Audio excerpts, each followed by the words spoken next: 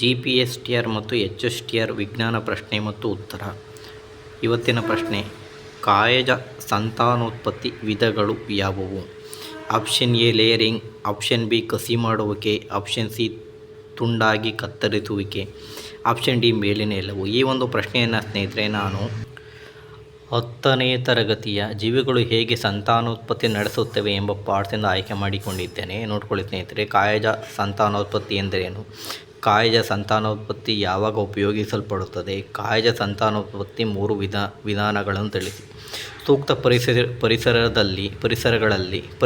ಸೂಕ್ತ ಪರಿಸ್ಥಿತಿಗಳಲ್ಲಿ ಅನೇಕ ಸಸ್ಯಗಳ ಬೇರು, ಕಾಂಡ ಮತ್ತು ಎಲೆಗಳಂತಹ ಭಾಗಗಳು ಹೊಸ ಸಸ್ಯಗಳಾಗಿ ಬೆಳೆಯುವ ಸಂತಾನೋತ್ಪತ್ತಿ ಕ್ರಿಯೆಯನ್ನು ಕಾಯಜ ಸಂತಾನೋತ್ಪತ್ತಿ ಎನ್ನುವರು.